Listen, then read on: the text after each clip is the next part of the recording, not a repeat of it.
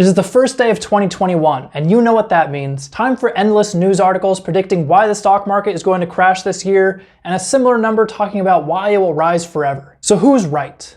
It doesn't really matter. What does matter is that there are steps that you can take to prepare yourself for a potential crash in 2021. Welcome to FinTech, and in this video, I'm going to be talking about some ways we can predict what the stock market is going to do this coming year, as well as some strategies to maximize your profits in 2021. So let's just jump into it. One way for investors to try to predict where the stock market will go next is to try to see if it's undervalued or overvalued. One metric that you can use to do this is the PE ratio, which stands for the price to earnings ratio. Basically, how much a share in the company is worth divided by that company's earnings. In general, a stock is considered correctly valued if its PE ratio is between around 13 to 15. This means that theoretically, if you owned the company for 13 to 15 years and they paid out all of their profits as a dividend, you would make back your initial investment in around 13 to 15 years. If a company's PE ratio is higher than this range, it generally means that they're overvalued or that the market is expecting them to grow in the future.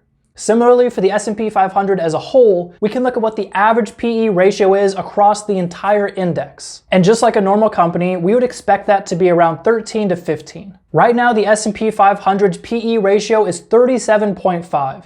which is an indicator that it's overvalued. But here's the next problem. Investors know that the average PE ratio should be below 15, and yet they're still investing in the index. So that begs the question, are they just doing it because they're greedy, or are they expecting that the companies within the S&P 500 are going to have more earnings in the future, so they're willing to pay more upfront in anticipation of that growth? I think in this case, the latter is probably true, because the way that you calculate the PE ratio is based on trailing 12-month earnings. Well, what have companies been experiencing the last 12 months that they won't be experiencing in the future? A lot of setbacks and people basically being locked at home. This means that the PE ratio is accounting for all those losses that companies had, and it's not accounting for the potential growth they're going to experience over the next year. So what's another potential indicator that we could use? Well, one source you might look at is the news media. When one news outlet releases an article predicting the stock market will either go up or down, the rest of the news outlets tend to follow a similar approach. However, ironically, back in July of 2020, there was a whole rush of news articles predicting that the stock market would crash soon, despite the fact that the market took off right after that. Those articles kept referencing the fact that the market was at an all-time high and tried to use that fact to imply that the market would need to go down in the future. Now, even though we are again at an all-time high, we're not seeing the same number of articles today. Here's the problem with following those kinds of articles. 1 in 15 days in the stock market is an all-time high. That's just what happens when the market goes up on average around 8% per year. In fact, the market hitting an all-time high is actually a predictor that it's going to perform better in the future rather than worse. On average, in the year following the stock market hitting an all-time high, it has returned around 8.9%, and that number increases all the way to 31% over the 5 years following an all-time high. But okay, you might say, today is different. You see, the economy's been in a bull market for such a long time, plus we're still experiencing the effects of the shutdown on the economy. If there was ever a time to try to time the market, it would be now, right? Well, there was a Merrill Edge study back in 2018, which compared what your returns would be investing from 2008 to 2018 and taking into account missing either the best days in the market or the worst days in the market. If you had invested $1,000 from 2008 to 2018, that money would be worth $3,150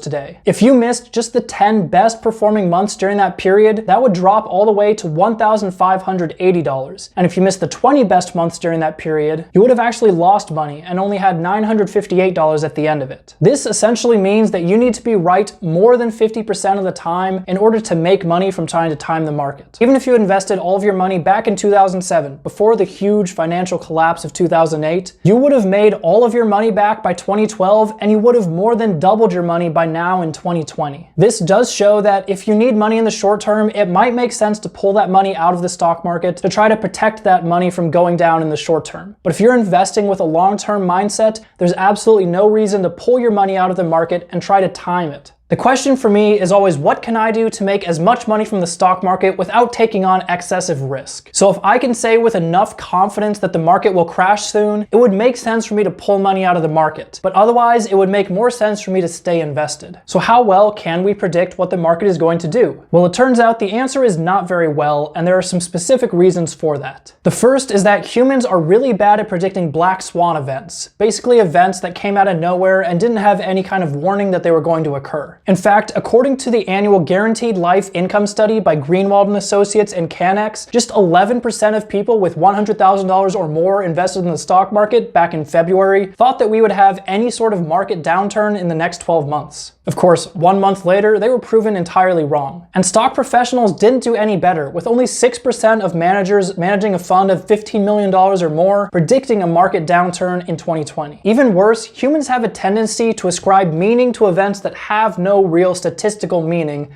like in the stock market. For example, up until recently, there was a very commonly used metric to determine what the stock market was going to do next. Basically, anytime inflation-adjusted interest rates turned negative, that meant that over the next 5 years, the stock market would either decline or stay relatively flat. This metric held true basically throughout the entire 20th century, as well as the beginning of the 21st century. However, it's failed more recently. You see, back in June of 2020, interest rates turned negative, and we have definitely not seen a flat stock market since then. One of my favorite examples of kind of a fake stock market metric is the Tiger Woods Bears and Bulls metric. This was an index that tracked Tiger Woods, the golfer's performance in tournaments, and then mapped it against the Dow. Basically, for almost 15 years, Tiger Woods' golf performance almost perfectly matched how the Dow performed over that same time period. And this index even predicted the 2008 financial collapse. So did that mean that Tiger Woods' performance was somehow tied to the Dow? Well, no. All it means is that if you look at enough metrics, eventually you will find one that fits your data, but that doesn't mean it's going to predict the future. Even if I had a metric which perfectly predicted the stock market up to this point, I wouldn't be able to trust that metric for predicting where the stock market would go in the future. Ultimately, I can't predict what the stock market is going to do next year, so I'm going to stay invested. So my personal strategy for investing over the coming years is to keep my money invested in the stock market. If the market drops, great, I can buy more stocks at a discount. If it goes up, great, I made money. I always think back to 2016 when there was a huge amount of articles predicting that the bull market had gone on too long and it was time for a correction. If I had pulled my money out then, I would have missed out on around an 85% gain in the S&P 500 and around a 150% gain in my personal investments. Even if the market dropped by 50% tomorrow, I would still be ahead by having invested during that time period. Like I said before, even if you had invested back in 2008 right before the market dropped, you would still be up over 115% since then, versus people who never got back into the stock market and haven't been able to grow their wealth at all at that period. Those people are going to find it very hard to build wealth and even retire. It is good to be a cautious investor. I personally always keep 3 to 6 months of expenses in a savings account that doesn't touch any sort of stocks. That way I can survive short-term fluctuations without it affecting me personally. But investing is a long-term game, and if you want to be successful, you need to maintain a long-term mindset. If you're not currently investing in the stock market, or you just like free stocks, WeBull is giving away between 2 and 4 free stocks when you sign up using the link in my description and deposit $100. Now, WeBull keeps changing how many stocks they're giving away with this offer, so if you click the link in the description and it says more than 2, you probably want to jump on that before they stop the offer. With that said, I hope you enjoyed this video. If you did, make sure to leave a like,